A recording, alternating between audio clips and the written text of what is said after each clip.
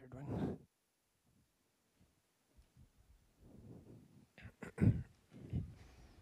What is that?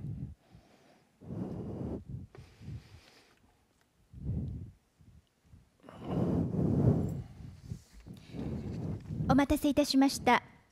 ただいまより食のイノベーション、新しい作物。We now start the session, Stream 1-1A, Food Innovation, What are new crops? Again, our next session, Food Innovation, What are new crops?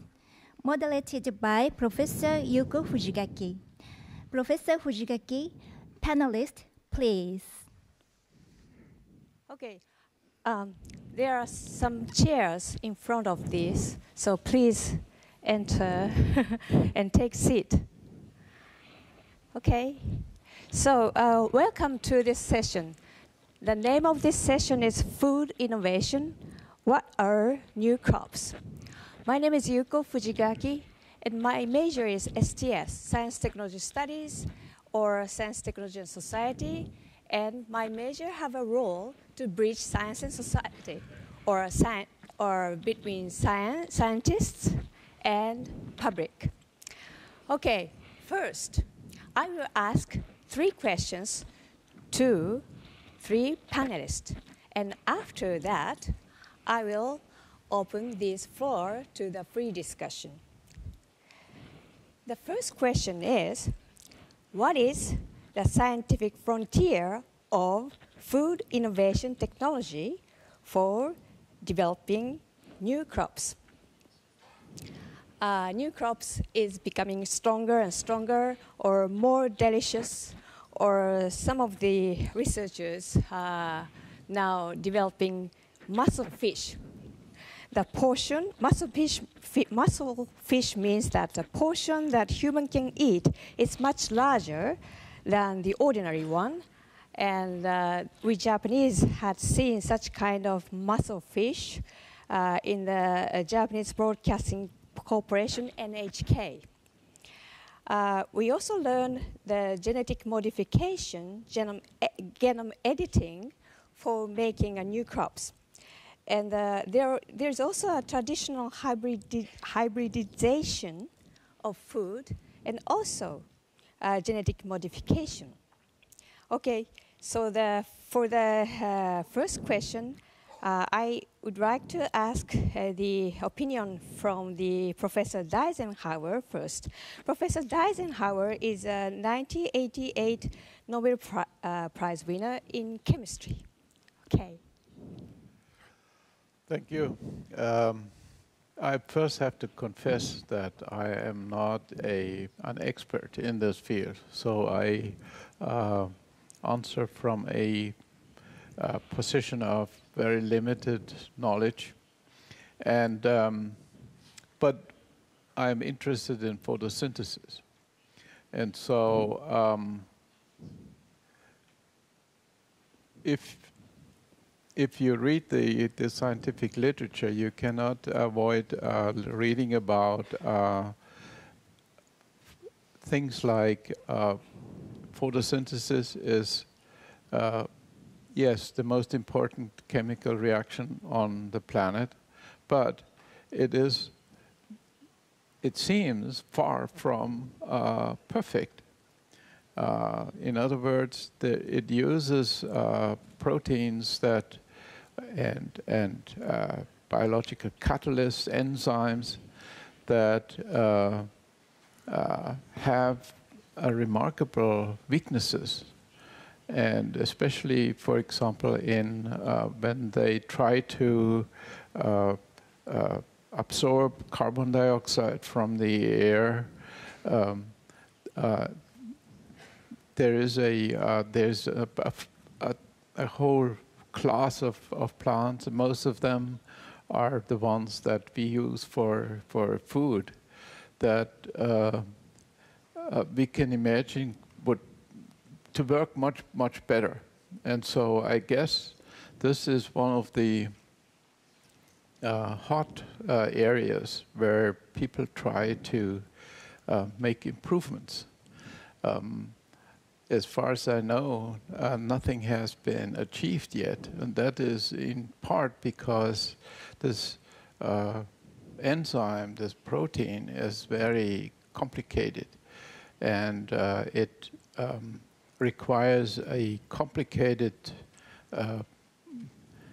machinery to be put together in a functional and form. So many times it was lamented that one cannot express this protein in a place other than the original plant where it grows. But very recently there was a publication that describes exactly this. So now one can express it and make it in bacteria, and there the changes to be made to the genes are much easier to do, and the results are much easier to investigate. And so there is some hope that in the near future there will be a new version of this protein. However, we don't know whether it is really possible to make such a better version. That needs to be shown yet. So, but now the field for experimentation is open. So that's what I can contribute to this question. Okay, thank you, Hans. Okay, the second panelist is Professor Bradford, and he's a professional of gene editing. Yes, well, I work at the other end of the spectrum, I guess, on breeding and production of crops. And what I would say is, in terms of new crops, I think we should realize that plant breeders are working every day to make new versions of the crops we know. So I mainly will be talking about how we're going to try to improve the crops that we know rather than making completely new crops, but I'll mention that, something on that as well. But we do have a lot of new tools now, as was mentioned. We have traditional breeding where we can cross plants, and breeders make new plants all the time, primarily to improve their characteristics with respect to production. For example, make them resistant to diseases or insects, or make them more efficient in the use of fertilizer or water, and these are all very important advances. We also have the option now to improve nutritional content, for example. So there's many things that we know that we can do now, even using traditional breeding methods.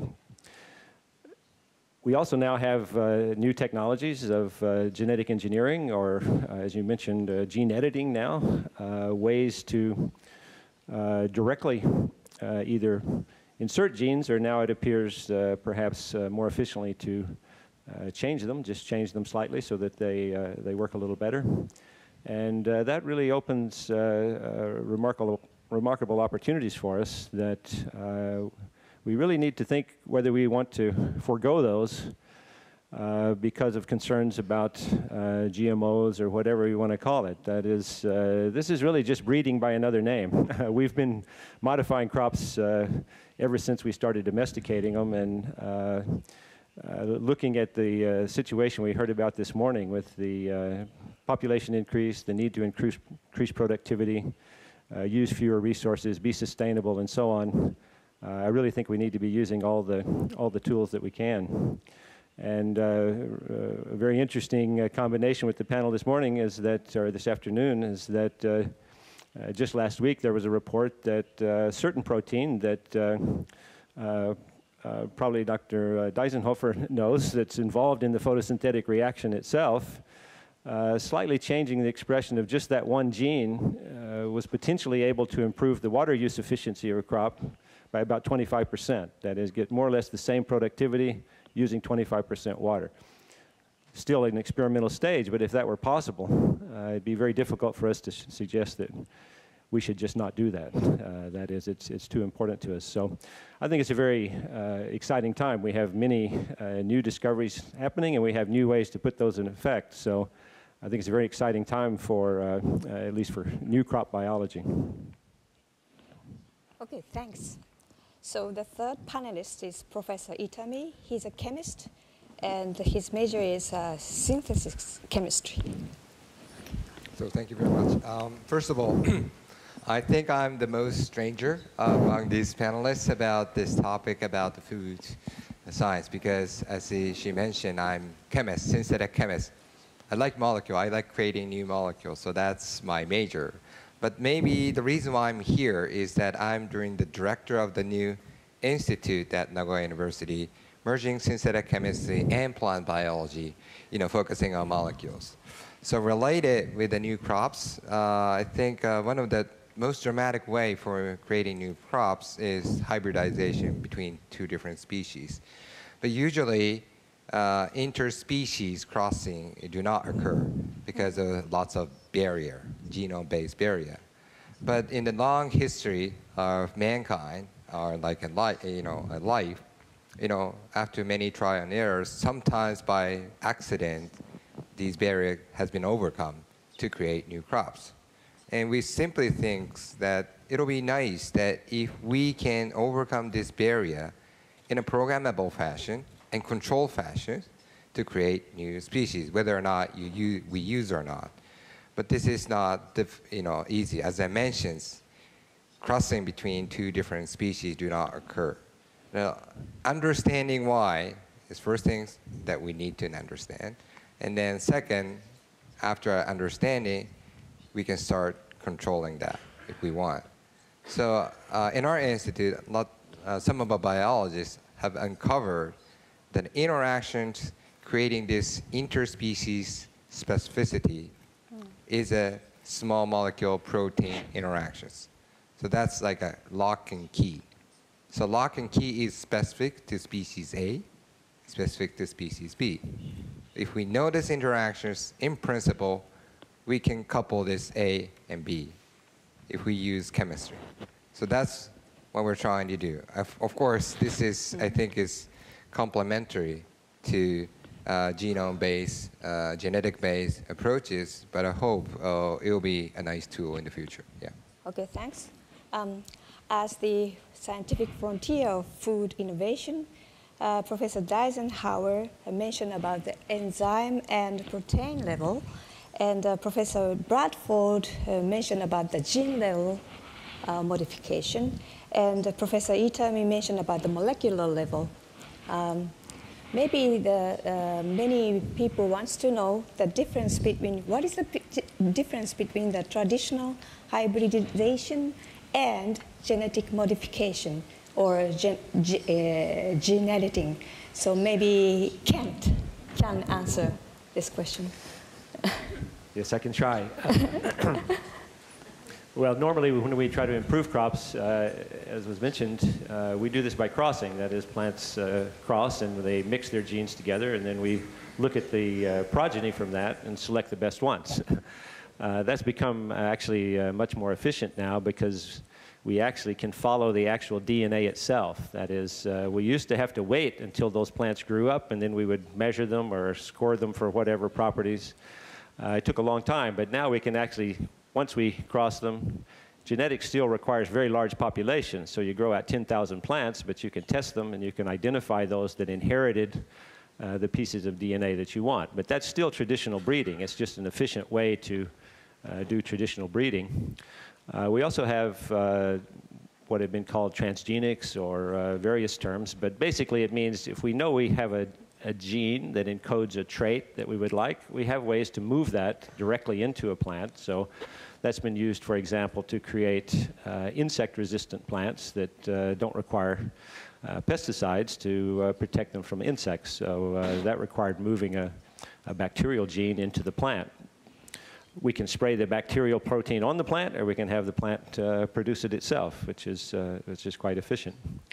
And then the most recent technology is to be able, as I mentioned, to just specifically change existing genes. We're not moving genes between plants, we're just changing the ones that are already there. It's like editing a book. If you change a paragraph, or you change a word even, or even a few letters in a single word, you can change the function of a protein, and so it's a very efficient way to do that. Really where we are right now is that many cases now the research has progressed to where we have tested the situation, we know what the gene does, we have it in a plant, but then we need to go back and try to find a way to reconstruct that that will not be constricted by regulatory issues and public opinion and so on. So it's a little frustrating from the science side. We may have that plant in our hands. We need to go back and do something else. And of course, we still have the most traditional way of generating variation. That is, breeders need variation among plants, or there's nothing to work on. And that's the one that evolution worked on, which is mutations. That is, we have naturally occurring mutations in plants that have been selected for different traits. Many of them you may be familiar with red grapefruit and white grapefruit. The red one is a mutation. That is, it happens spontaneously, and now most people prefer that. We can also induce mutations and therefore cause variation that we can select on as well. So plant breeders have many ways, and really they're all just variants of generating variation and then identifying those that do what we would like them to do. Okay, thanks. So let us move to the second question. How can new crops contribute to addressing future food problems? This is the second question. So, Hans. Well, I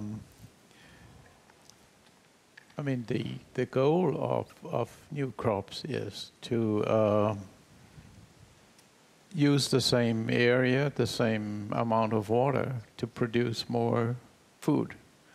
And so if that is achieved, then several things can happen. The same area can feed more people. Plants can be grown that use less water, for example, can be grown in more dry areas, and so are perhaps less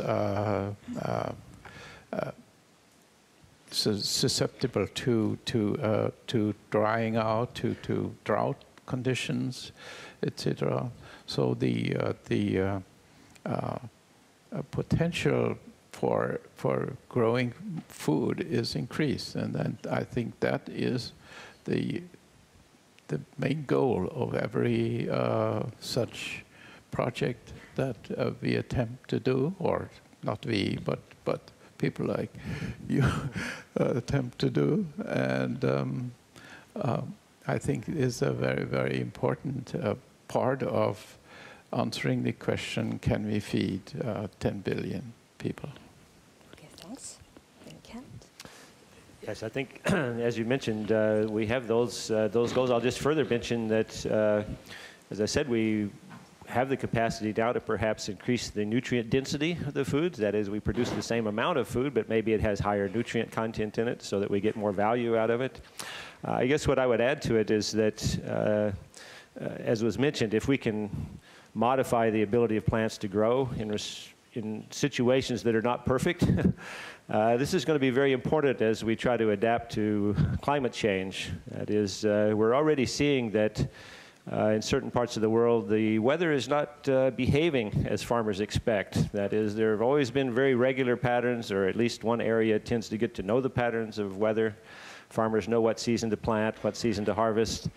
In many cases, some of those patterns are starting to be disrupted because of some of the changes in the climate. And of course, it's possible to develop new crops that can thrive under those conditions, but it's going to be challenging. So I think, given the time frame we have, 2050, 70% more food, as we heard this morning, the time frame is such that we really don't have the time to wait and do the traditional generation by generation work. So I think really if we're going to meet the target goals, we really need to be trying to work on that as a goal, make our crops more adaptable, more resilient, more tolerant of these broader range of environmental conditions and still maintain their yield and nutritional quality. So that's something I think we need to really focus on. Yeah, so I think I agree with the other two that, you know, the climate has been changing, environment has been changing, and the one that we have, or crop that we have now, is not always, you know, adaptable or efficient. So in principle, we can create, you know, new plants or crops that is adapting in our current, you know, environment. And then I think that's possible. But the question is it going to be great for in the long term? So of course, those, you know, artificial, you know, undertaking is going to, you know, make it some kind of unbalanced situation as well. So that's, I think, is one thing that in the long term we need to think about it. But I think on the other hand, I think there's no choice, right? So think about medicine. So medicine is going to change the balance of your body, right? But it is critically important for your survival in mankind. So there's two choices. If you're going to not taking medicines and die with cold, or taking medicine with great care. So I'll take this one, the latter one. So with the great care, we live. So that's, I'm sorry, it's maybe different, but. Okay, so this question leads to the third one. Okay, let us move on to the third and most difficult question. Why is there societal resistance to the introduction of new crops? Are there any gaps between anxiety by society and those by experts? Especially, there are some negative opinion to the genetically modified food. And genetically modified food modification can produce byproducts or cause of function beyond original thing. And what is the difference in resistance between genetic-based modification and other methods? So this is a most difficult question, but Hans first. Yeah, it is a very, very difficult question because it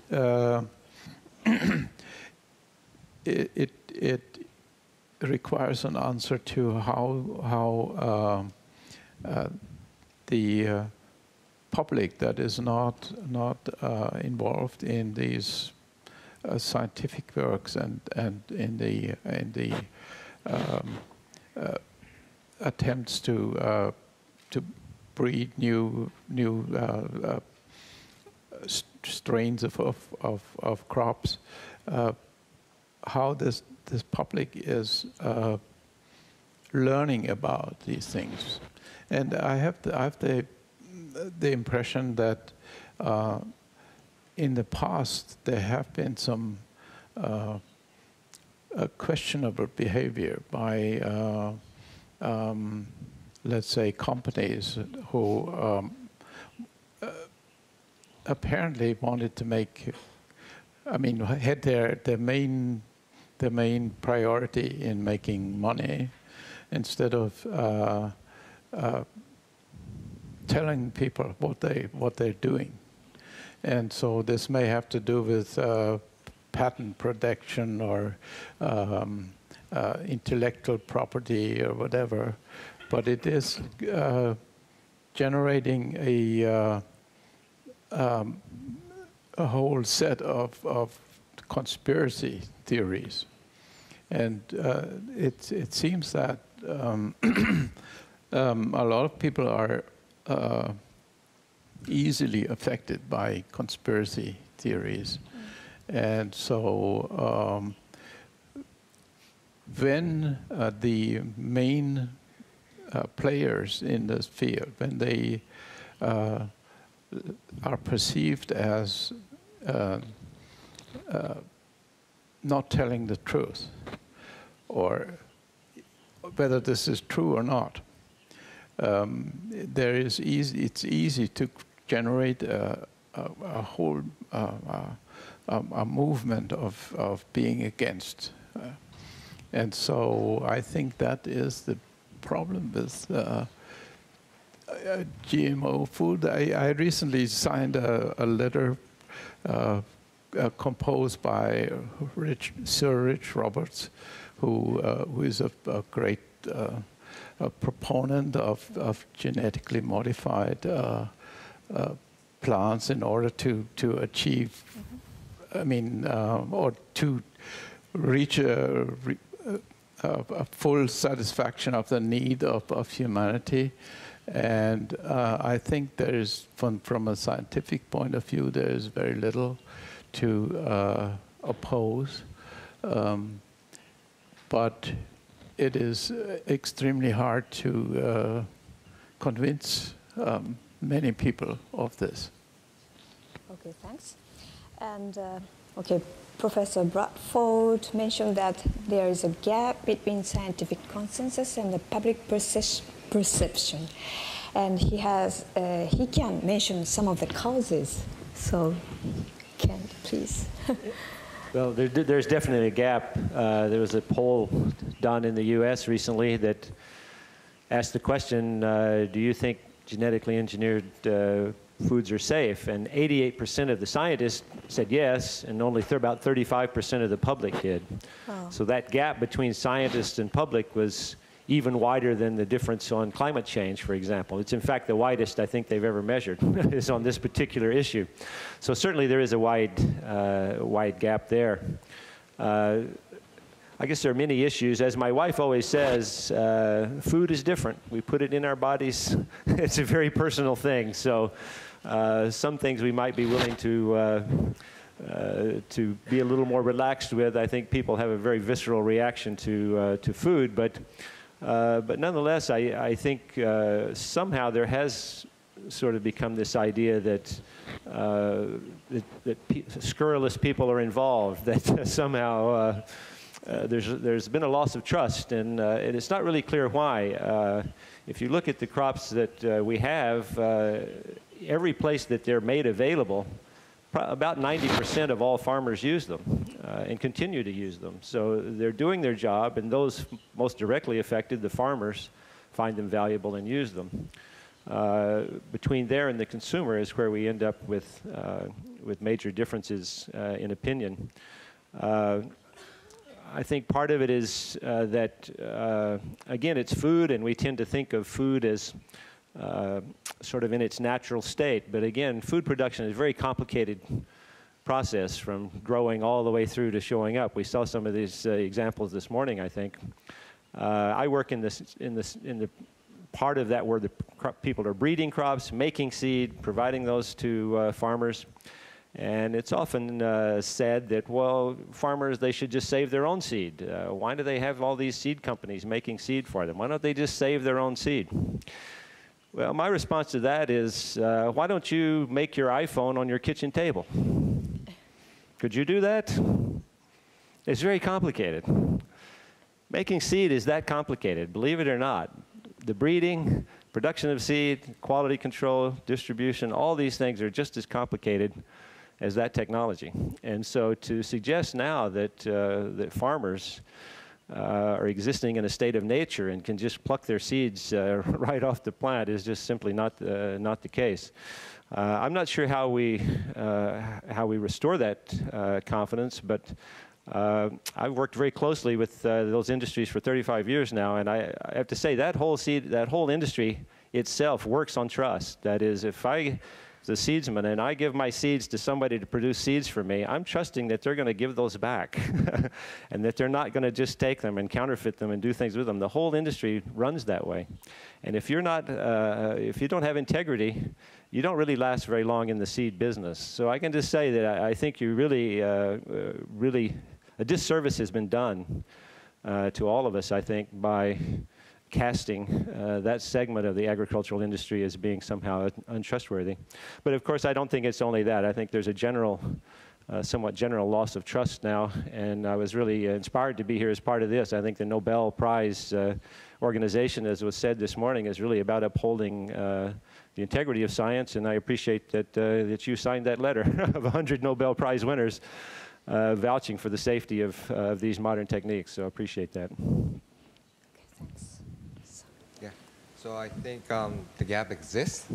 Therefore, scientists or all the people in the other sectors need to put every efforts to provide as much as information possible. But they're not going to be 100% sure things. So that's clear. There's nothing. So for example, in a previously, I gave you an example of medicines, for example. All the medicine that we're taking now is not, there's no 100% sure medicine. So potentially there's always 0.1% of the uncertainty things. So we are living in that kind of a planet or a science or society. So we need to understand that, I think. But knowing is important, and it's your choice, I think. And also, there's no 100% good guy, 100% bad guy, or materials or matters. Let's say example is oxygen. Oxygen is essential in our life. Without oxygen, we can't live, that's for sure. But it is essential at a certain level of concentrations. So air contains what, 16, 17%? 21 or whatever. Yeah, I'm sorry, I'm not a chemist, I'm here. So below that, we can live, but above that, it's really toxic. So oxygen is good and bad. So we need to think that there's no black and white, good thing, bad thing. So that's, I think, is science. Okay. As for the genetically modified food, there are several concerns, for example, safety level concern and environmental, ecological concerns, and also ethical concerns. And there's also a gap in the facts level, public perception level, and public understanding level. In Japan, in 2000, we had a citizen consensus conference on the genetically modified food, and we discussed with public that is selected all over Japan. And are there any such kind of trials in U.S.? Public consensus conference or something like that? There have been many numerous discussions and so on. Our National Academy of Sciences in the U.S. has at least, I think, 6 different reports it's given, finding every time no issues for safety. I think it's important to realize that at least all the plant foods that you eat have been genetically modified from their natural situation. We eat very few raw natural plants, so they've already been modified. That's kind of a misnomer. But there have been a lot of discussions about this. I think it's become kind of confused. The technologies themselves, we have now in the U.S. and maybe here as well, labeling laws that say we have to label food whether it has GMO components or not. In a way, that's kind of like labeling appliances for whether they use electricity. In other words, electricity is a technology. It can be used in many ways. You can run many different types of machines, good or bad, on the same power. So by dislabeling for the technology, that is the underlying thing, it doesn't tell the consumer, was this used to make a plant that did not use pesticides? As I said, some of these are much better. They're sort of labeled as always being detrimental, always using more pesticides, always causing damage to the environment. That's not really true. It's very clear that the insect-resistant crops are not. We have great opportunity to increase the resistance of our plants to disease. In other words, we use vaccines. We have the ability now to basically vaccinate our plants. It requires a little bit of different technology to do that, but it's much better than trying to treat. Just like in medicine, we'd much rather prevent disease than try to cure it, and it's the same in crops. So we have a lot of opportunities to try to do these things, and I think there have been certain, in my own opinion, I think there have been certain concerted efforts by certain groups to really spread fear and sometimes mistaken impressions about these crops for different purposes. So I don't think it's really that so much that people don't understand as a bit, to a certain degree, they've been told things that are not entirely truthful. And that I think if people had a chance to have more exposure to them, part of it is the regulatory system we have has prevented us from getting very many of these crops out into public use.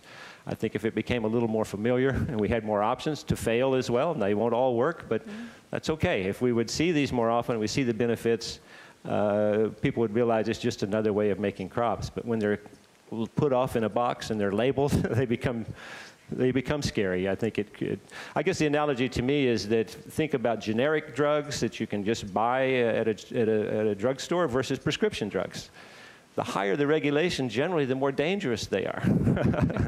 And so as long as we have very high, the idea is that high regulation on these crops will assure the public of their safety. I think it's the opposite, that they're so highly regulated, that tends to make people think they must be very dangerous, so they need that regulation.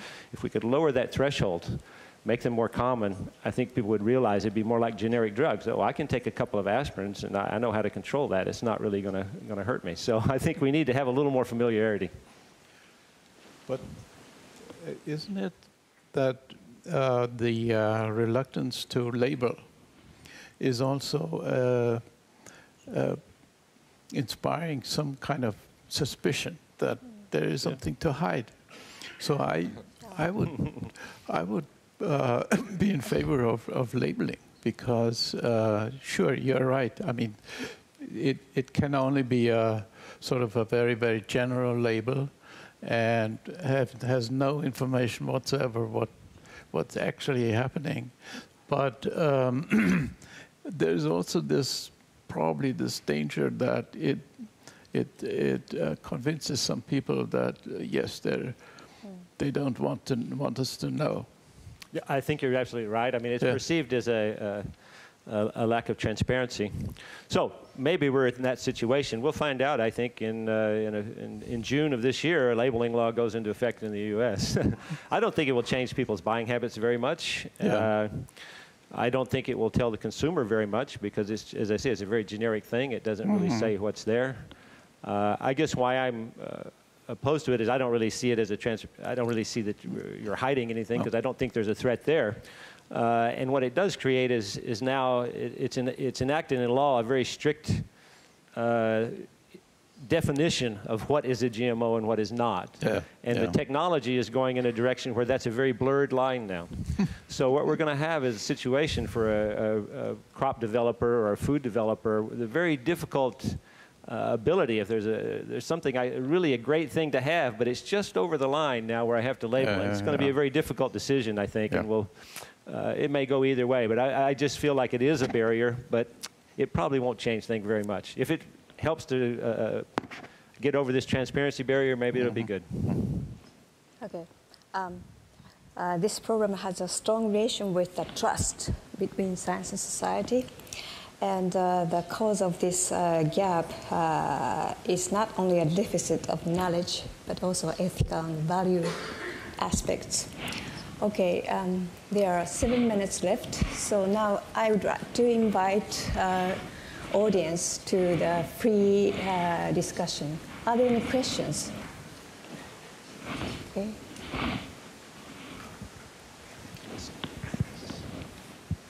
So I have a question about creating new crops, actually. So you mentioned there's two methods to do that. So either by hybridization of two species or by genetically modified.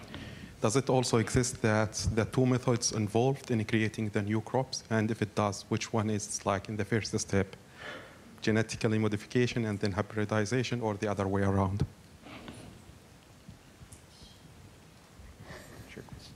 No. Well, it could go either way. I mean, if you talk about hybridization of species to make new crops, the classic one is wheat. Wheat is a plant that has 3 different genomes.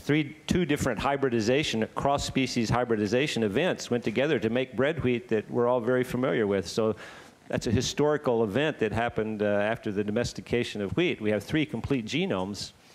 in that plant that we never knew about until we could do it. So now we're doing further modification with that. If you think about the whole family of cabbages, broccoli, cauliflower, canola, that's a whole big family that's all been created by combinations of 3 different species, then combining to make 3 more different species in all combinations. So this historically has been a natural process. So again, I think to people who are geneticists and breeders, the combination of genomes is not really unique or scary.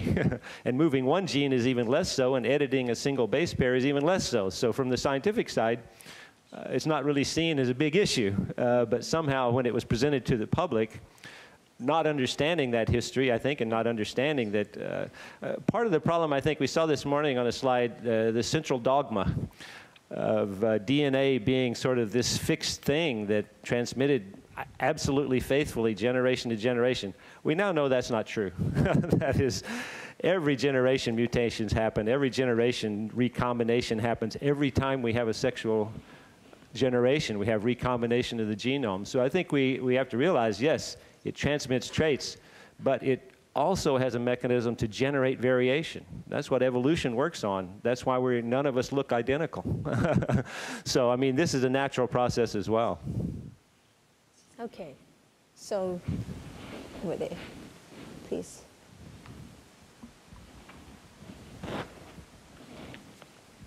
You talked about the negative image in the public opinion towards GM foods and GM crops that's been exacerbated by advertising, marketing, Netflix documentaries. What is being done in terms of science communication to promote positive images of GM foods, especially outside of an insular academic environment, something to combat that which we see in public opinion, or what can be done?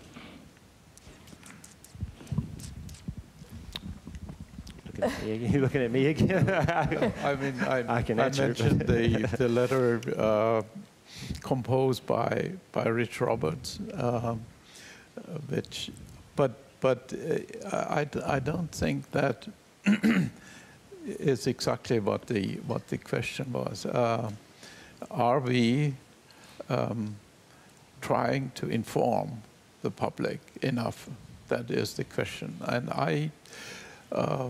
For my own person, I must say no. Yeah. But I don't know what your... There are organizations that are doing this. I mean, a lot is put on academics like myself. Why aren't you out there talking? Here I am here today. But we don't have a big soapbox. I mean, we don't have buy ads on TV, and we don't have the ability to do that. If the companies that work in this field do that, then they're considered to be promoting propaganda. In other words, it's immediately considered to be negative.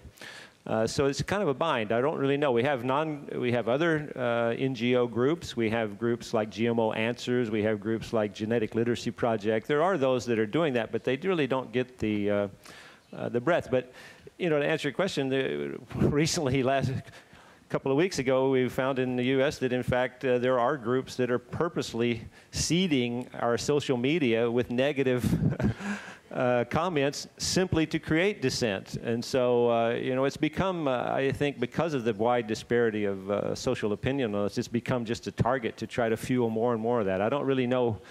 And there's nothing on the science side of a sufficient magnitude, I don't think, to go and counter that. I think the best thing would be if we could lower the regulatory threshold, get products out, and let them become common, would be the best thing that can happen. But it's chicken and egg. How do we lower that regulatory bar when there's still a high social reluctance to do that? It's a tough question. Mm-hmm. I strongly agree that we should have a science communication, not only the negative aspect, but also a positive aspect. But I think that the most important thing for the science communication is building a trust between science and society. Okay, the last question. Okay.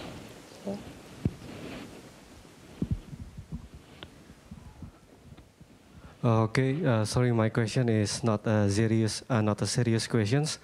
So regarding the resistance to the GMO, I remember I read somewhere that, how to say, one of the reasons that the field of AI attracts so much attention because it was called like artificial intelligence. And if it's called like automated machinations, maybe it's not that attracted so much attention. And regarding the GMO, I think the genetically modified somehow like induce more scary image in people. So do you think we should change the name or something like that? Thank you. The term genetically modified organisms was specifically chosen and designed by people who were against their use. So it is the most scary name you can imagine. Yeah. So I totally agree with that. It was not designed, it was not done. But even the scientists chose terms that are perhaps not so good. For example, the transfer of a gene we called transformation. It sounds like Frankenstein. Why didn't we just say gene grafting? We graft plants all the time. We did a gene graft. It sounds a little bit less threatening. So we haven't always chosen the right things. But GMO was specifically designed for its scary connotations. Okay, so the time is up, so I would like to close this session. Thank you so much for your collaboration.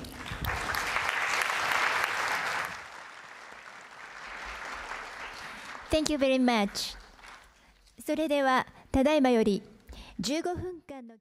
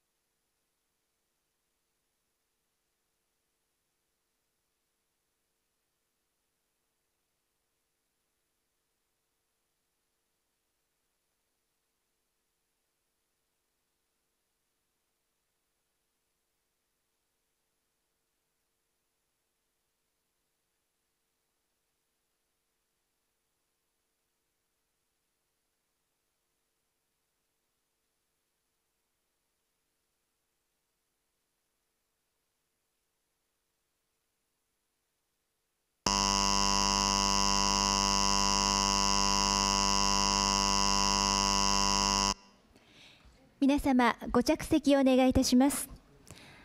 Ladies and gentlemen, please be seated. 分科会の開始に先立ちまして、2011年3月11日に東日本大震災によって犠牲となられた方々に対し、追悼の意を表するため、震災が発生した午後2時46分に合わせて、1分間の黙祷を捧げたいと存じます。Before we begin the parallel discussion streams, we would like to offer a minute of silent prayer in memory of the victims of the Great East Japan earthquake on 11th March 2011 at 2:46 p.m., the time the earthquake occurred. 黙祷。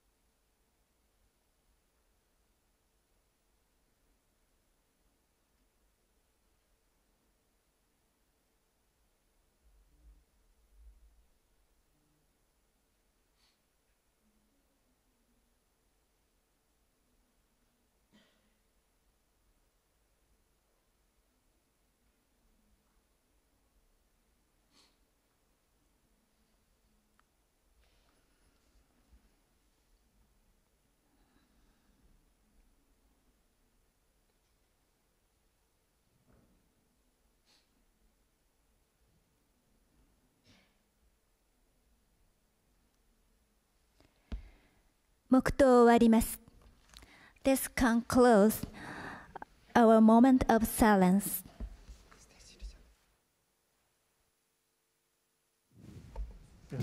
それでは、ただいまより食のイノベーション、新しいアグリテックとアグリビジネスを開始いたします。皆様、壇上にお上がりください。We will now begin our next session, Food Innovation, New Agri-tech and Agri-business, moderated by Dr. Adam Smith. Thank you very much. So I should point out that there are some seats at the front. I know they have reserve signs on them, but ignore those. Please, if you'd like to sit down, please come and occupy these seats here in the front. Please. So I'm Adam Smith, and in this panel, I have three lovely panelists. Finn Shidland, 2004 Nobel laureate in economics. Yuriko Kato, who is the president of M2 Labs at Labo Inc. Yeah. And Simon Pearson, who's a professor of agri-food technology at the University of Lincoln in the UK. Oops. Shouldn't play with that too much, but just try and make it better. So we have lots to discuss in this session. Two areas I particularly want to focus on are robotics in agriculture and food distribution systems. And so we'll be talking about both those things as well as perhaps others. And we will have time to open up to questions and comments from the audience. So have those in mind, because I'll be coming to you for them. And once again, there's just one or two free seats here at the front if you want to come forward. OK, let's start with robotics. I'd like to ask the question, Yuriko Kato, okay. How do you see robotics changing agriculture? Okay, so now I'm developing a robot for preventing weed growth by just rolling over the weeds. So without herbicide and also blades. Without blades? Without cutting blades, yeah. Which hurt farmers a lot. Okay. You're cutting finger, cutting legs. So these robots just squash the weeds? Squash the weeds. Okay. Yeah. You see, so animals making a path by just walking through the woods like that idea, apply the idea to the weed robots now. Yeah. And the cost of the robots, it's very cheap. Mm-hmm. And automatic driving control as well. But it's very cheap. So for 24 hours, it's running over the farmlands and, rolling over the weeds, then cheap. So robots can save farmers time. Yeah. Also, farmers don't like, weeding. Okay, they don't like doing it, yeah. Yeah, doing weeding. So I think the robots has one big role to save farmers a lot of time from the labor, from working which they don't like. Okay. Yeah. Is it difficult to find the laborers to do this work as well? Yes. Okay. Because especially in Japan, the number of farmers getting reduced very rapidly to reach 0 farmers in 20 years. Yes. I'm not joking. So many farmland are abandoned now, thrown away. Because Akin Adesina this morning in his first, in the panel we had as the first panel of the morning session, was saying that we need to somehow encourage the next generation of young people, bright, young, energetic people, to become farmers. Is that happening at all in Japan, or is that very much not the trend? Oh, yeah. Some young farmers, or as for my company, it's very small, yeah. but many young, talented young people are coming to join my company. Right. So I think young people have some mind to have to solve food problems. Then most of them are very, academic. Yes. I should say. Yeah. Okay, and yes, I suppose traditionally academic and farming doesn't necessarily go together, but it could in the future. Right. Yeah. Simon, would you like to comment on this question of how robotics might change? I mean, I was struck this morning by the narrative on how do you feed 10 billion people. So we've got a massive challenge of how we feed 10 billion people. But as Akin said, I think his expression was NFL, or no farmers left. I thought that was absolutely brilliant. But there's 750 million farmers in the world. So it's roughly about 10% of the world's population are farmers. There's even more people who are farm workers, and the biggest problem that I see, it's not NFL, it's NFWL, no farm workers left. Right. So that's a tremendous problem, and there's many reasons for that. So if we go to Japan, as Yuriko just said, so you've got an aging farmer population and young people not coming through. It's the same in China. You've got a demographic issue of age, which is an issue. Demographics of age are very difficult in farming because you've got to have a high level intrinsic fitness to do lots of these jobs. So demographics of age really do work against us in the farm. In Europe, you've got political pressures. So particularly in the UK, we know about this thing called Brexit, which was a migration, partly a migration debate. So it's likely in the UK we'll have less inward migration, and in the UK, inward migration is filling jobs on farms. In the US, you've got Donald Trump and the Mexican wall. That may restrict Mexican work availability in the United States. So that's really is reducing the number of farm workers, and so robots, in theory, are one way we can drive productivity, and it's about driving productivity for labour, but there's also a second benefit for robots, is you can drive non-labour productivity, so you can enhance the environment by using robots. For example, you can have robots that kill weeds, so you don't need herbicides. Hopefully we can have robots which can kill pests, etc., etc. So robots fill a gap for workers, hopefully, will drive productivity, but also they can drive environmental sustainability as well. And Yuriko was pointing out the robots she's producing are low cost. Are robots generally looking like they're going to be low cost enough for wide use in agriculture?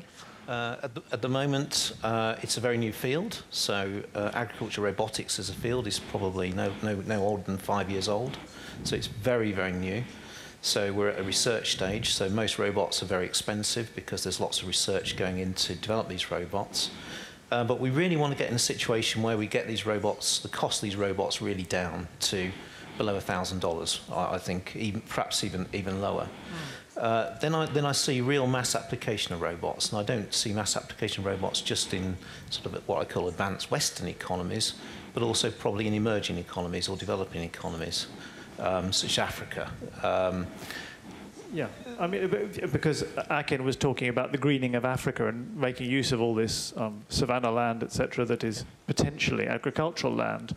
But you can see that robots could be applicable there, even though presumably there's not going to be that much money sloshing around for agriculture there. Yeah, absolutely, and it's about scale, mass production, bringing the unit cost down.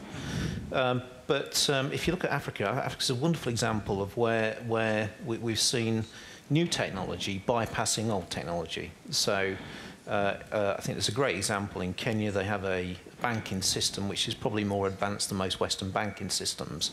So what's happened there is banking systems in Kenya, there's a system called M-Pesa, are enabled by a smartphone. So they don't have bank cards or checks. They've gone over that straight to a smartphone-enabled banking system.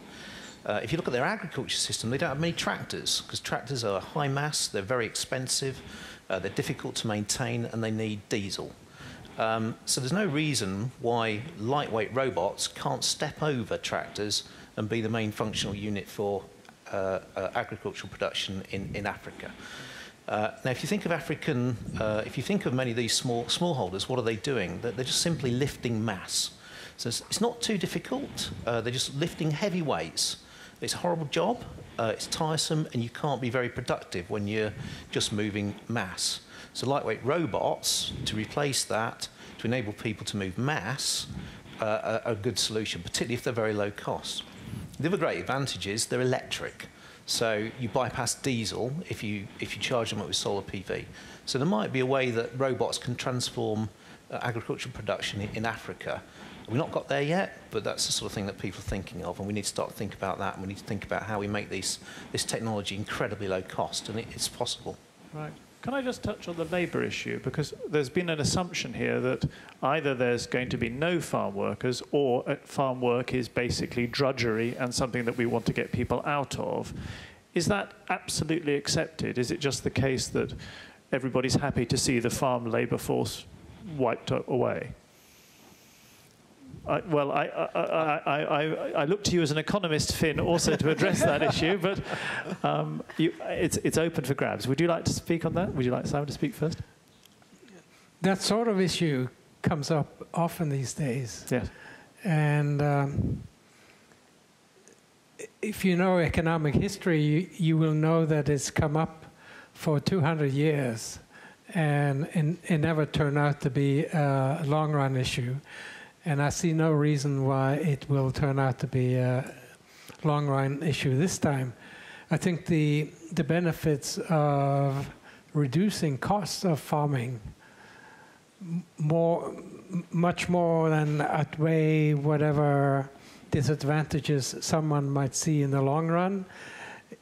In the short run, in the long run, it's got to be a good thing that productivity comes down, and it helps towards the goal that we talked about this morning, how we can feed 10 billion people. But there are jobs for countless millions of people at the moment doing this work, which will be supplanted by... They will shift into other activities. Yeah, yeah. And move off the land. That's the other thing. I mean, it's arguing for further densification of our cities, isn't it? This approach, which I suppose is just what's going to happen, but it's something to consider. Yeah. One more new problem which we have in Japan, because I think in USA, in UK as well, we haven't yet installed any robots in farmland. We researched and developed robots, many robots with AI, with automatic drive, with other state-of-the-art technology. But farmers don't, install them. Why? Because there are two reasons. Because the cost, as you mentioned, and another reason is that we have to change the farming itself. Because, for example, apple farmer. Yeah. There are two apple farmers. Then one farmer has trees like, big trees. But another new farmers, planted like a fence, tree fence. Tree fence. Yes. Okay. So, a tree planted on a line. Yes.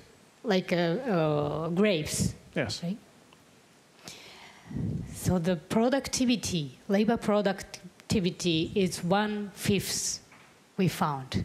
So the latter one, so planting like a fence, is labor productivity is 1/5 of the ordinary planting, which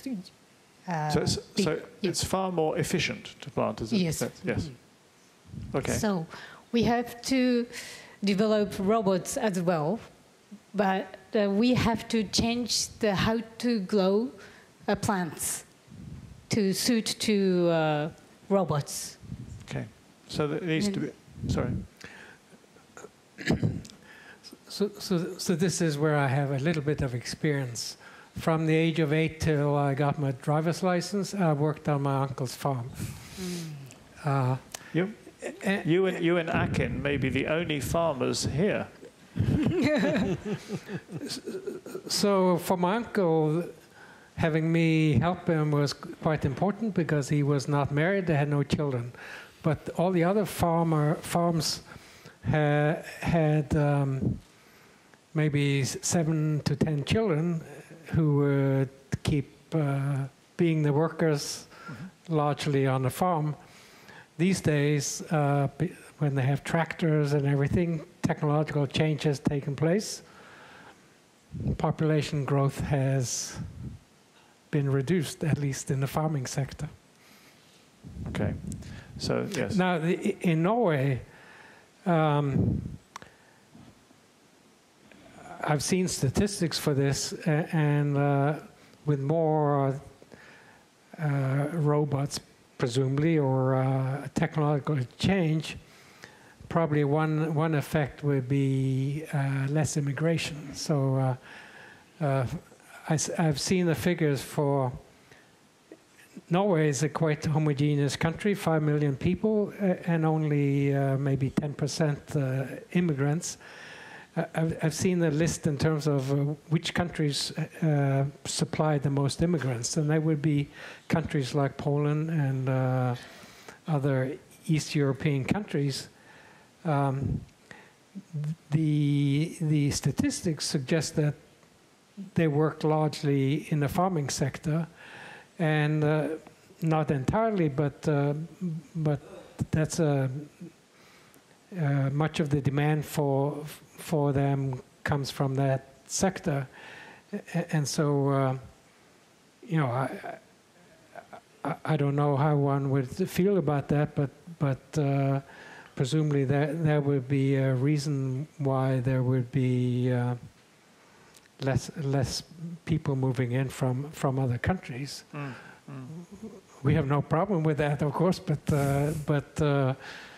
from the perspective of Norway as a nation and the welfare of Norwegians, presumably no one would complain. It's an issue that many people seem to be very concerned about, for sure. So, Simon, you just wanted to comment beyond the change in populations of Finn's close family in Norway, changes to farming communities that are going to be, and the way that people farm that are caused by the introduction of technology and robotics. Picking up on Yuriko's point, what do you think? I think robotics, it's advancing so quickly, so it's hard to anticipate where it's going to go. But I think it's going to go very, very fast in terms of application. This question about labour, labour replacement, if you like, is a really serious one, and and we've got to handle it very sensitively. And the robotics community is very concerned we don't have another repeat of the GMO issue, in that the public goes against robots, and then that suppresses the implementation of the technology, because we've still got this big problem of thinking about how do we feed 10 billion people by 2050. So there's some quite big, serious issues that need to be handled very sensitively, and then you're dealing with real people at the end of the day as well, and you've got really seriously got to think about that in terms of the ethics of it. That debate's not really started, but that's something where we need to get into, I think, quite quickly. So it is a concern. I think the other thing so there's a role for government here, and it's about skills. So what we're doing is replacing low-skilled jobs with very high-skilled jobs, but you've got to train those people to do those high-skilled jobs. So the government's got to be stepping in to make sure that it's up training people. So they're not doing mundane jobs, but they're training them to do better jobs and higher-paid jobs. And we must make sure that the things align together, otherwise we'll stall. Thank you. I'd like to take some questions or comments on the way that technology might change farming. If anybody has anything to say on this, yes, please. There's a microphone just coming. Sorry, I asked the question. I think it's on. Oh, hello? Yeah, I asked the question in the last session too. Is not all of this new technology, I mean, if it's ending up pushing people off the land, hasn't that been a disaster for rural people? But even if it's not, doesn't it take energy that, even if it didn't contribute to climate change, do we have enough energy to run all this new technology that we want to put in the countryside? Yuriko, do you want to answer that? Energy. Do we have enough energy to run, if robots are everywhere, okay, do we have enough energy to run them? I think so. So we just started to install solar panels to produce electric energy from sunlight, or biomass energy plants beside the farming place, so we can get energy easier than before. We produce farm products and also energy. Then we can buy some energy for city people, and also using electric energy by myself. So combination of food energy and electric energy we produce, farmers produce. And what about this question? Thank you. And what about this question that was raised of the depletion of populations in rural communities, and what effect that will have? Finn, do you want to? I see. So I still have good context. I hate to generalize from very localized impression, just like I hate to speculate based on casual inference from my own preferences or whatever. I like to have hard and fast data, yeah. and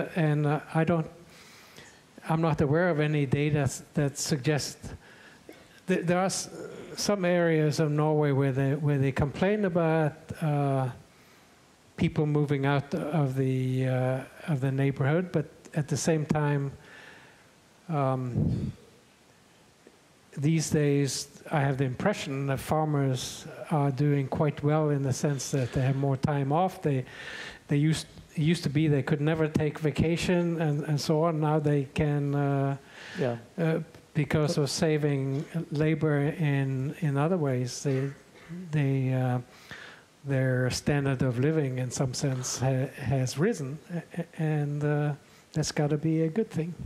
And I guess Norway is going to be among the most affluent, if not the most affluent, of communities to think about that in. I don't know. I think they're up there. Yeah. Simon? Yeah, so it's such a complex debate. You can't generalise with this one. If you take the UK example, which I know very well, so Brexit, the areas that voted out the most were where the local people were threatened by a large influx of migrants. So that causes local issues. If you take what Akim said this morning, so in Africa there's many millions of farmers, but only 2% of young people are coming into farming. So we're already hitting a vacuum of people within that area. So the messages I'm receiving in certain areas, what Akim was saying this morning, is that technology should hopefully fill a vacuum that's already exists. Okay. So it may well be that we're not creating an issue here. You can't generalise, so there'll be parts in the world where people will be impacted, and we need to look at that, each one specifically. But what I'm hearing is that generally there's a vacuum that needs to be filled. Thank you for the point. Any further points on this? Yes, please. Is there a microphone? I'm sorry, if we can just wait for. No, we need the microphone for the sound. Thank you. So thank you for your great lecture and inspiring answer. My question is that basically we are talking about new technology and initiatives in agriculture, but the question is that how we can convince local community to use those technology. Basically, some of those technology are integrated with the short-term lose in income. So my question is that about your personal experience, how do you convince the local community to use those technology? Thank you. Well, if they're beneficial, why wouldn't they use them? They would use them if the income is higher, taking into account the cost of let's say, robots. Presumably, the robots are a one-time expense that they will last for. I hope they last for more than a year, and so maybe with some maintenance. They would not be used if you could get people to work cheaper. And so it's just got to be that the cost-benefit calculation goes in the favor of the robots. Let me take your question to Yuriko, because Yuriko, just let me ask you a question first. Would you call the veggie bus a technological solution? Mm. You would? Yes. Yes, okay, then. So then this brings us neatly into the second topic of food distribution, because another thing that Yuriko is doing is instituting a new system of food distribution, a new connection between the producer and the consumer, the veggie bus. And that isn't actually working, because the robots in your hands are still in the experimental phase. They're not out there. But the veggie bus is being used. So can we take your question and apply it to the veggie bus? Okay. How is it that you have got people to take the veggie bus route? So you should describe what the veggie bus is first, please. Okay, yeah, veggie bus is sharing bus which bring fresh foods, fresh vegetables especially, from producers to consumers directly. Then we worked on that veggie bus for 5 years, almost 5 years, and we found that one big problem between producers and consumers. That is, they don't know each other. So consumers don't know how the food from or how farmers make or some other details. So there are two cabbages. One is 100 yen. No, I should say $1. And another one is $2. Which do you choose? Just without any information. $1. I choose. I don't know. It's a complicated question because it depends who you're buying it for. If you're buying it for your child, you might say, maybe the $2 one's better and maybe I should. No, I doubt it. So if I thought that I'm used to be an engineer, so I don't know very well about distribution, but I thought consumers have to know the producers or the background the food from. Then I started matching producers and consumers face to face, and after matching, so meeting each other, then after that we support trading each other. Then we found that, for example, chefs of restaurant, the sales went up and keep going up. And this is physical. You have to match them physically, or this is now digital. This is not digital matching. No digital. Okay, so it's not so technological yet. No. But it could be, Simon. It could presumably this could all be done digitally. Digitally. Yeah, absolutely. I think it's very exciting, I think the whole thing about food, and I think Kent in the last session mentioned GMOs, and one of the reasons GMOs is not taken off because of this thing called trust, and trust and food. Trust. And you're putting food in your body and you want to trust it. When you buy food at the supermarket, you don't know where it's come from. You don't know what temperature it's been treated at. You don't know how many steps in the supply chain it's been through. You don't know how old it is, whether it's been sat in a cold store for days.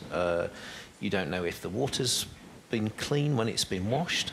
So there are many, many, many factors which build trust. Now, digital technology, in theory, if you can build up a digital picture of the provenance of your food, that will inspire trust. And what that does is it democratizes food. So once you've got trust, you can therefore buy it from pretty much anywhere. You can buy it from local farmers, big grocery outlets, small shops. You can buy it online, etc., etc., etc. And you'll do that because you've got trust. But at the moment, in the supply chain, a consumer can't tell where it's from, so there's no trust. So what do you trust instead? What you tend to trust is big brands. So you're testing big grocery brands, that they're doing the job for you to instill trust. Well, if you've got more information, you're going to build up your own picture of trust, and that's going to democratize food. And that's not going to happen in 2 or 3 years, but maybe in 5 or 10 years, we're going to see a lot of that. And what I'd like to do is go in a grocery store, buy some strawberries on my iPhone, look at where it's from, and just make sure that the temperature's been done, and then I've got trust. Or I could buy it online, wherever. But digital technology will be transformational. I suppose that's not such a difficult thing to sell to farmers, though, because they're going to see a potential. I mean, I suppose they have to go through the steps of providing all the data, and then the food chain also needs to be represented. But once you have it there, the sales should rise. So it's not quite the same kind of activation energy required to get into that chain. But it was working well for you. Yes. So at the point of the cost expense of farmers, the logistic fee cost is now getting higher because of web shopping market is getting bigger. So door-to-door service, the cost goes up. So now the chefs want to buy one parcel from farmers, but it costs $10 from local farmers to Tokyo, something like that. Used to $500, $5 like that. So we run veggie bus, which cost logistics cost down 1/3 because sharing. So this is very exciting because if you could expand this not to be just a local thing between farmers around Tokyo and Tokyo, but it became a much bigger deal, then it would in a way undermine a very large part of the food distribution industry. It's at odds with I mean, it's a very different. It's a sharing economy rather than the kind of capitalism that drives food distribution. It's a pretty radical thing to be doing. Yeah, I think so. So I feel by JA, Japanese Association of Agriculture, because they control the agriculture in Japan. Yes. So our business is, breaking down their business. So I'm afraid of that. Yes, I can understand that. Does anyone have comments on this also? May I say yes, you please. You're allowed a comment too. Yes, go. Please. So this doesn't seem like a universal problem or issue worldwide. One of the things, it seems to be a relatively minor issue to me, almost like a luxury. In terms of food distribution, if we think about Africa, for example, I think the problem is orders of magnitude bigger. The farmers they have read about this. They have a difficulty getting their products to markets in general in time for the goods to be of any value. And so that suggests the need for more development of infrastructure, or to think in general about how we can make that process work better. And as I said, I think that's a problem of orders of magnitude bigger than what we have talked about now. It's an interesting question, and I know that chefs like to develop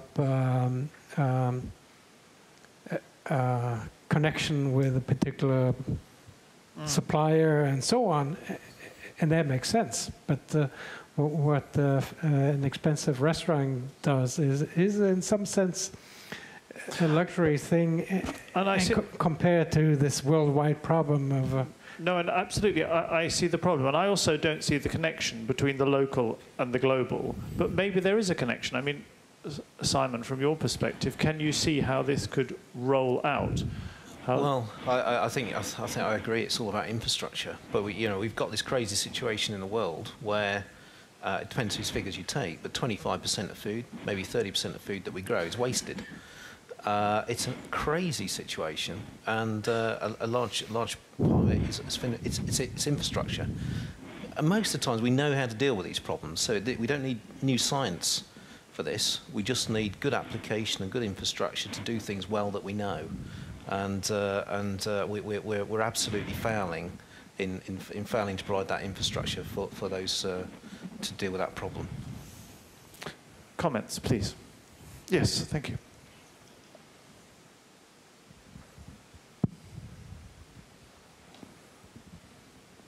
Hi everyone, Xin Yuan Zhang from Yokohama National University.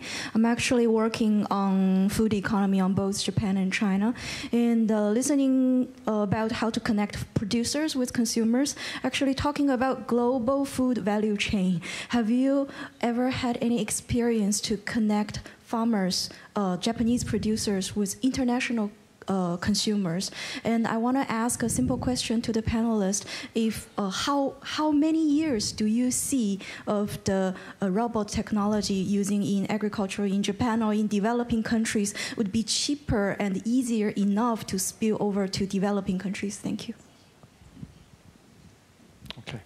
First question was for you, Yoriko. Have you any experience of international markets? Yes. No, actually, we farm in Japan with Indian people. And also, so I tried to export Japanese raw material to India. And another farmers already own farmlands in India or in Vietnam as well. So in Asian countries, Japanese food produced by Japanese people are very trust.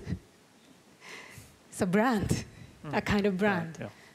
Yeah. So some young farmers go to foreign countries, especially in Asian countries, then make the farmland bigger now.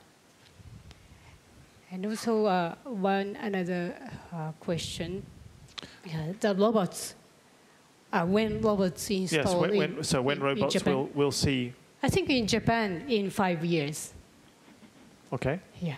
And what gives you confidence in that? What will because happen? I developed. Good answer. Okay. Simon, what do you think? How long will it take? I also think 5 years. That's what I, just from my own experience, the rate of technology development is phenomenal. But the pressure to get these things in is now really growing. So 2 years ago, there was less pressure to get robots, so it wasn't really progressing that rapidly. Now the pressure's on and everybody's going for it. It's an international challenge. There's groups all over the world emerging. Are there many companies involved? More and more so, but they tend to be small startups. But there's huge amounts of venture capital money going into agri-robotics, and it's huge amounts of money. So I think they'll come quite quickly. On international supply chains, I used to work for Marks & Spencer, which is a UK grocer with 7% share of all the UK grocery market. To do international supply chains with certainly European retailers, you need very large nodes within different countries. So retailers don't like to go to many buyers, so they'll want to go to one large node who can coordinate many farmers. But you've got to have exacting standards. So if you've got 500 farmers, every single one of them, number 499 and number 500, have got to be at the same standard. And that's actually really quite challenging. And it's not a trivial thing. It does take many years to build up. And then it's all, again, it comes back to the word I mentioned earlier, it's all underpinned by trust. So if you've got your 500 farmers and one farmer fails and lets you down, you're in trouble, because that's the way that you'll be considered for all 500. So it's a very difficult thing, but it's a good thing to have if you can do it. Please, Finn. So the title of this session is Food Innovation. And I couldn't overemphasize how important that is. Now, I see two aspects of food innovation. There is research and development. I mentioned a couple of times the Copenhagen Consensus Center study ranking of solutions. And research in agriculture came out very high in their benefit cost ratios. Presumably that's an activity that could be mainly supported by the government, by the officials. And then, but then there's got to be cases where private initiative also plays a big role. And my best example is, so for 5 years now, I've been member of the selection committee for the Oslo Business for Peace Award. And one of the winners last year, Murad Al-Khadib, got the prize for the following. He's a Canadian, and he went around to all the farms in his neighborhood and convinced them to grow products like lentils and chickpeas and so on. I think there's a name for that general category. Starts with P. Pulses? Pulses. Yeah, pulses, yes, pulses. And then he developed a company that sells these products worldwide. This company has grown to an extent that he supplies a quarter of all the pulses sold in the world.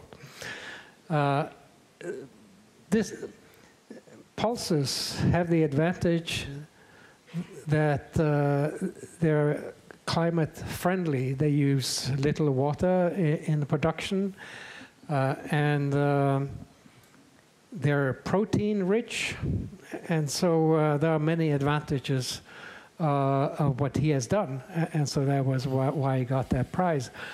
So I'm just saying that we should hope that those kinds of innovations will take place either as a result of the government sponsoring research and development, such as nutrient-infused products like one can now produce rice or beans or wheat that have been infused with either zinc or vitamins and so on. It would be very, very useful. Well, indeed. And so the first session in this stream was dealing heavily with, substantially with the modification of crops to produce new varieties of crop. And I think that, as far as I can gather, the idea is very much that the robotic solutions or the distribution systems changes that you're talking about here are ones that would contribute very positively to the footprint of agriculture as well as to the productivity of agriculture. But I guess all that still has to be seen because it's all, at the moment, in the laboratory. Absolutely right, but we still got to come back to this morning's session of 10 billion people. I think we've got to produce 70% more food by 2050 off, if we don't go into the African savannah, off the same amount of land. So we've got to find a way to drive productivity in whatever way, and there won't be one panacea here. This isn't going to be one technology that solves this problem. This is going to be a rack of a multiple number of technologies that are going to deal with this problem, and it'll be robotics, it'll be breeding, genetics, the whole raft of it needs to be in play. It's and we just need to be cognizant of that. Time for one more comment. Yeah. Okay. Your hand went up and down. I don't know if that was meant you were uncertain, but now you're giving the comment. So please, there's a.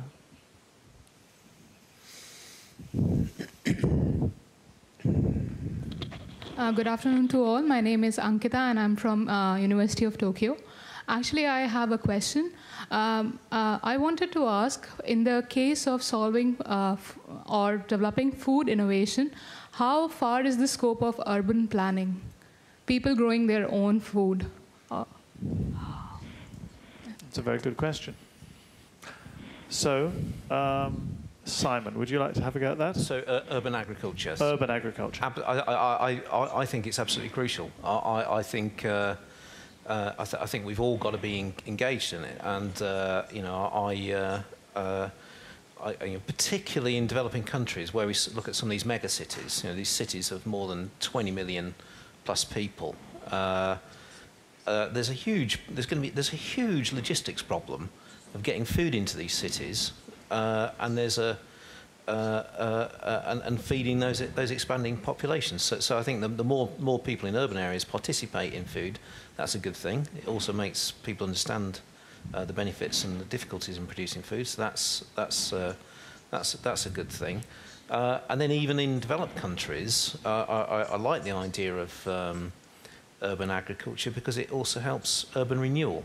So many of the best examples of urban agriculture are actually in very rundown parts of pretty old traditional cities.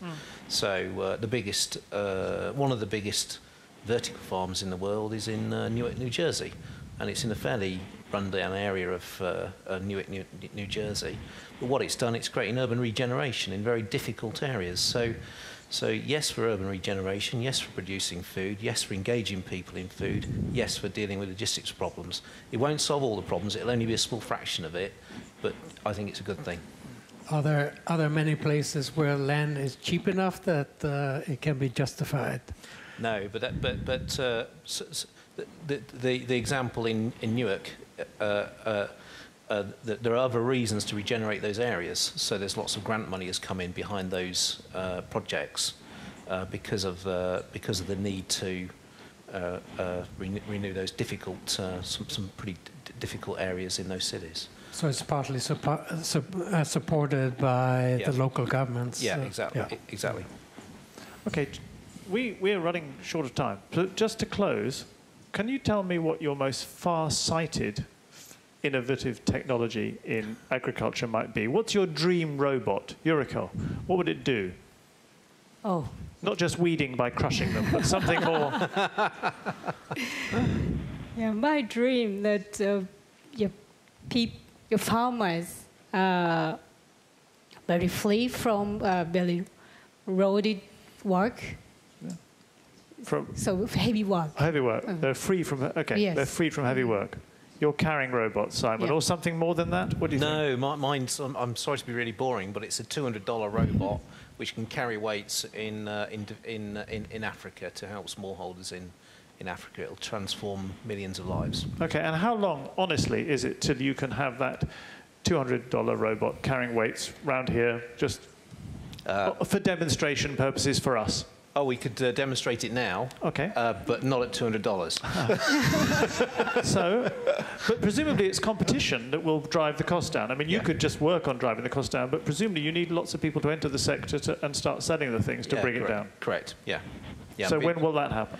As with all my robot things, 5 years. Yes. Okay. And Finn, you've had a very global perspective throughout this discussion. So what's your global food innovation you want to see, just to finish off? That's a big question. No, it's got to be the infrastructure issue that we have talked about. It's not really an innovation; it's just a matter of doing it. I guess that's true of all innovations, isn't it? Yes, really? Exactly. Well, I mean, I don't know to what extent there are. Well, I suppose as technology advances, it will be cheaper and cheaper to do it, and that's a good thing. And then that makes it more likely that it will be done even by stingy governments, and so. Okay, good. Well, let's hope stingy governments are listening. Thank you very much indeed to my panelists and to all of you. Thank you. Thank you very much.